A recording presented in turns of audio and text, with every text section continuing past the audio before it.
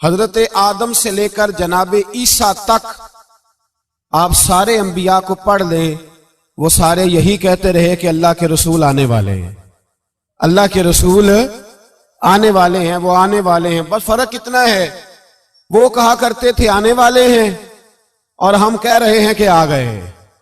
بس ساری امتیں حضور کا ہی ذکر کرتی رہیں۔ وہ کہا کرتے تھے کہ علامہ اسماعیل حقی نے تفسیر روح البیان میں لکھا ہے، امام سیوطی نے الخصائص الکبریٰ میں لکھا ہے، جناب آدم کے انتقال کا وقت آیا تو اپنے بیٹے حضرت شیس کو بلایا اور بلا کر کے فرمانے لگے، شیس میں جا رہا ہوں بیٹے، لیکن یاد رکھنا ساری زندگی یہ کام نہ بھولنا۔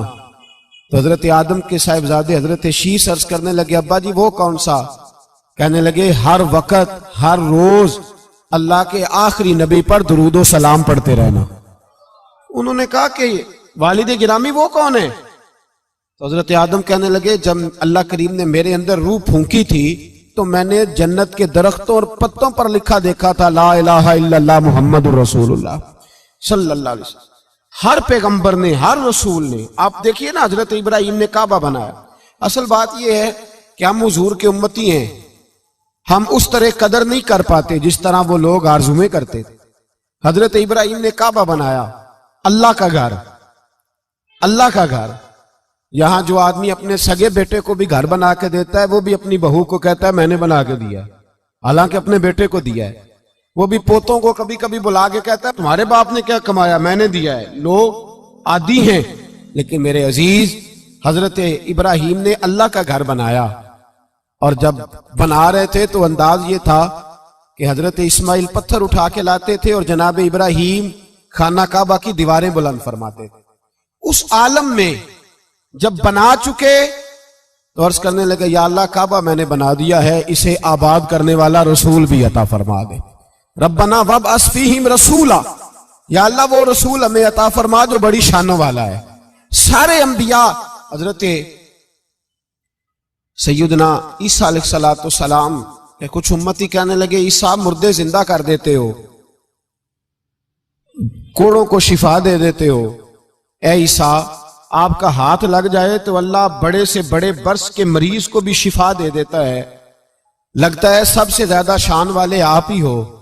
تو حضرت عیسیٰ کہنے لگے نہیں، وَمُبَشِّرٍ بِرَسُولٍ يَأْتِي مِن بَعْدِهِ اسْمُهُ احمد، فرمایا شان والا تو وہ ہے جس کی میں تمہیں خوشخبری دینے آیا ہوں، وہ میرے بعد آئے گا اور اس کا نام احمد ہوگا، وہ اس کی میں تمہیں خوشخبری دینے آیا ہوں۔ میرے بھائی، میرے رسول کریم سید عالم صلی اللہ علیہ وسلم کے بارے میں ہر نبی، ہر پیغمبر، ہر رسول یہ کہتے آئے وہ آنے والے ہیں، اور ہم کیا کہہ رہے ہیں؟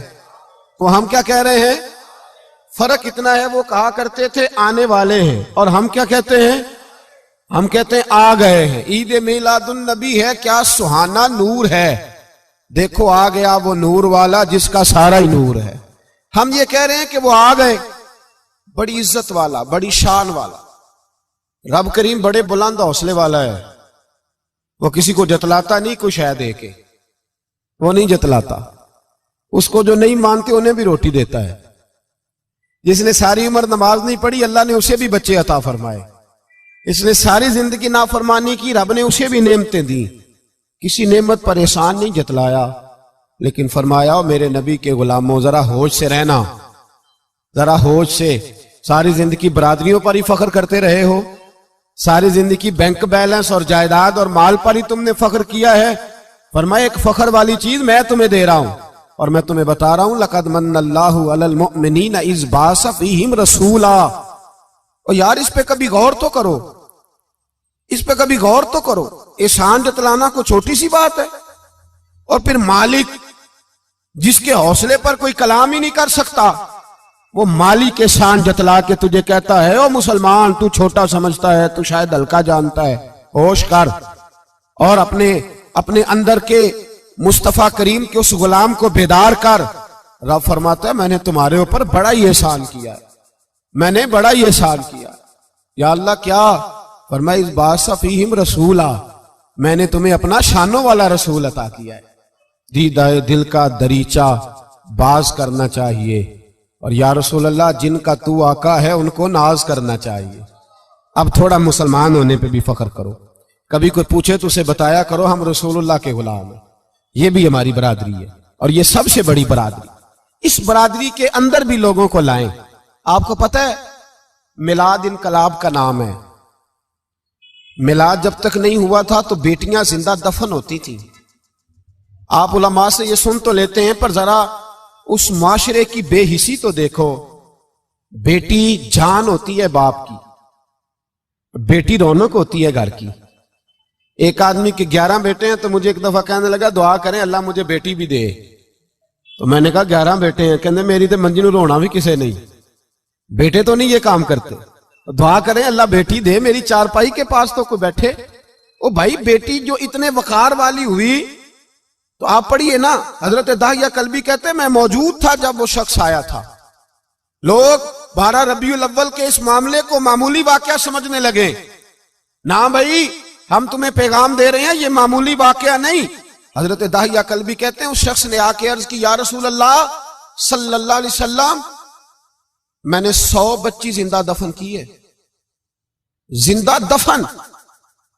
اور کہتے ہیں میری اپنی بیٹی, میں سفر پہ تھا تجارت پہ, تو میرے پیچھے سے میرے گھر میں بیٹی ہو گئی.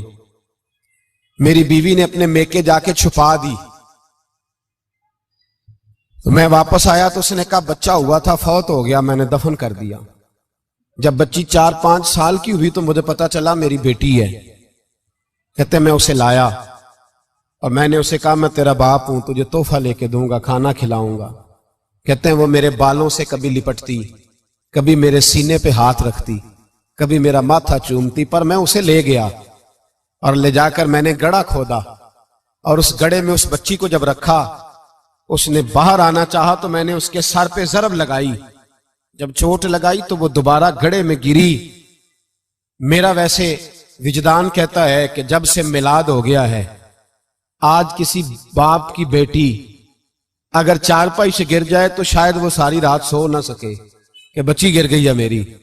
کہتے ہیں میں نے چوٹ لگائی سر پہ, خون بہا تو وہ گری, میں نے مٹی ڈالی, وہ ابا جی کہتی رہی. کہتے ہیں جب اس کا وجود چھپ گیا اور اس کے چہرے پر مٹی پڑنے لگی تو اس نے ایک لفظ کہا, وہ لفظ مجھے آپ کے پاس لایا ہے. وہ بیٹی کہنے لگی اے اللہ بتا تیرا رحمت للعالمین نبی کب آئے گا.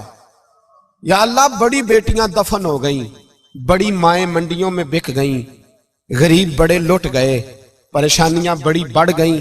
اللہ بتا نا تو اسے کب بھیجے گا.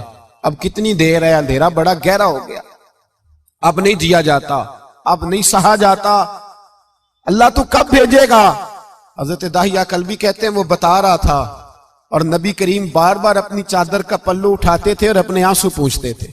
بار بار چادر کا پلو اٹھاتے تھے اور آنسو پوچھتے تھے, بار بار اٹھاتے تھے آنسو پوچھتے تھے. حضرت داہیہ کلبی کہتے ہیں حضور نے پوچھا تیری جرت کیسے ہوئی, تو حوصلہ کہاں سے لایا. اس نے کہا محبوبہ پتہ نہیں, لیکن قربان جاؤں یا رسول اللہ صلی اللہ علیہ وسلم میں نے آج سویرے آپ کے ایک صحابی کو یہ کہتے سنا ہے کہ وما ارسلناک الا رحمتا للعالمین. تو وہ یہ رحمت للعالمین کے لفظ ہیں, یہ تو میں نے اپنی مرتی ہوئی بیٹی سے سنے تھے. تو آج جب میں نے اس کی زبان سے سنے تو میں نے کہا تو انہیں جانتا ہے. کہا جانتا ہوں. کہا مجھے بھی لے چل. تو حضور میں آپ کے دروازے آیا ہوں, رب معاف کر دے گا. تو میرے حبیب نے فرمایا چل پڑھ کلمہ, جو میرا کلمہ پڑھ لے اللہ اس کے سارے گناہ معاف کر دیا کرتا ہے. بھائی غلاموں کے ساتھ ظلم ہوتا. حضرت بلال حبشی, حضرت بلال کے بارے میں بڑے واقعات ملتے ہیں. ایک واقعہ بڑا منفرد لکھا ہے کتابوں میں. حضرت بلال سے لوگوں نے کہا آپ نبی پاک سے متاثر کیسے ہوئے. تو جناب بلال کہنے لگے میں زیادہ لوگوں کو مکے کے لوگوں کو جانتا ہی نہیں تھا, چونکہ میری ڈیوٹی تھی گھر میں کام کرنے کی اور مجھے سخت سزا ملتی تھی امیہ بن خلف کی طرف سے. بلکہ تحقیق یہ ہے کہ یہ عبداللہ بن جدان کے غلام تھے. امیہ بن خلف نے تو جب انہوں نے کلمہ پڑھا تو پھر خریدا. عبداللہ بن جدان کہنے لگا میں فارغ نہیں, آپ لے لیں, آپ اس کو سزائیں دیں. تو کہتے میں ان کے گھر میں ہوتا تھا تو میں تو زیادہ لوگوں کو جانتا ہی نہیں تھا, کبھی مجھے موقع ہی نہیں ملا تھا باہر نکلنے کا. ہماری غلاموں کی کوئی زندگی نہیں ہوتی تھی. آج تو ہر آدمی کہتا ہے نا میں کچھ چودھری سے لے کے کھاتا ہوں. یہ جو تیرے اندر حوصلہ ہے نا یہ میرے رسول نے تجھے عطا فرمایا ہے, یہ میرے نبی نے تجھے دیا ہے, ورنہ تو غلام بکا کرتے. یہ حوصلہ تجھے رسالت مآب نے دیا. حضرت بلال کہتے ہیں میں ایک دن مجھے بخار چڑھ گیا بڑا تیز، میں لوگوں کو جانتا نہیں تھا. فرماتے مجھے تیز بخار چڑھ گیا تو ٹھنڈ بڑی سخت تھی. میرے مالک نے مجھے کئی کلو جوں دیے پیسنے کو چکی پہ. کہتے میں بیمار تھا تو میں نے کچھ دوائی لی جو اس وقت موجود ہوتی تھی، تو میں نے ایک لحاف لیا، دودھ پیا تو مجھے نیند آ گئی. جب میں سویا تو میرا مالک آ گیا. اس نے آ کر کے مجھے سوئے ہوئے دیکھا تو کھینچ کر کمبل اتارا، رضائی اتاری، لحاف اتارا. کہنے لگا اب تیری سزا یہ ہے کہ تو کھلے میدان میں بیٹھے گا، وہاں چکی پیسے گا، اور دوسری سزا یہ ہے کہ تجھے قمیض پہننے کی بھی اجازت نہیں. حضرت بلال کہتے ہیں تیز بخار، ٹھنڈ کا عالم، اور جب میں چکی پیس رہا تھا تو رو رہا تھا، اور میں پوچھ رہا تھا خدایا ہمارے نصیب، اللہ ہمارے مقدر ہے جرم ضعیفی کی سزا مرگ مفاجات. سیدنا بلال حبشی رضی اللہ تعالیٰ عنہ فرماتے ہیں میرے دروازے کے قریب سے رسول پاک گزرے اور مجھے ہائے ہائے کرتے دیکھا تو دستک دی. میں نے کہا کون ہے؟ دروازہ کھلے آ جاؤ. محبوب اندر آئے تو پوچھنے لگے کیوں رو رہے ہو؟ میں نے کہا جاؤ اپنا کام کرو. یہاں دکھ سارے پوچھتے ہیں، مداوع کوئی نہیں کرتا. یہاں تقریریں سارے کرتے ہیں، حقوق غریباں پر بات سارے کرتے ہیں، مداوع کوئی نہیں کرتا. جاؤ اپنا کام کرو. کہتے ہیں میں نے سخت جملے کہے معاذ اللہ. حضور چلے گئے، اور جب حضور جا رہے تھے تو میں کہہ رہا تھا بس جا رہے ہو نا، میں نے پہلے ہی کہا تھا جاؤ. کہتے ہیں قربان جاؤں، تھوڑی دیر گزری تو اللہ کے رسول کے ہاتھ میں گرم دودھ کا پیالہ تھا، کھجوریں تھی. حضور تشریف لائے اور کریم رسول نے مجھے کھجوریں دی، دودھ پلایا اور کہا چل جا کمبل میں بیٹھ جا. تو میں نے کہا چکی کون پیسے گا؟ وہ تو بڑا مارے گا. کہتے ہیں لوگو اس نبی کا میلاد اور معراج بھول نہ جانا، اس رسول پاک کی محبتوں میں کمی نہ آنے دینا، اس محبوب کا نعرہ ساری دنیا میں لگا دینا. فرماتے ہیں میرے حبیب کے میں قربان جاؤں، مصطفیٰ کریم نے فرمایا تو بیٹھ رضائی میں اور آج تیرے حصے کی چکی میں پیسوں گا. کہتے ہیں ساری رات حضور چکی پیستے رہے، ساری رات. سویرے میں اٹھا اور میرے حبیب پاک نے مجھے وہ سارا کچھ دیا اور خود چلے گئے. اگلی رات پھر آئی تو حضور پھر آ گئے، مجھے پھر رضائی میں لٹایا، دودھ پلایا اور ساری رات چکی پیسی. کہتے ہیں بس تیسرے دن حضور چکی پیس کے جانے لگے تو میں نے قدم تھام لیے. میں نے کہا حبیبہ دنیا ساری جھوٹ بولتی ہے، زمانہ سارا غلط کہتا ہے، جو غلاموں کے حصے کا کام کرے وہ اللہ کا سچا رسول ہوا کرتا ہے. اچھی بات دوسروں تک پہنچانا صدقہ جاریہ ہے. ویڈیو زیادہ سے زیادہ شیئر کیجیے.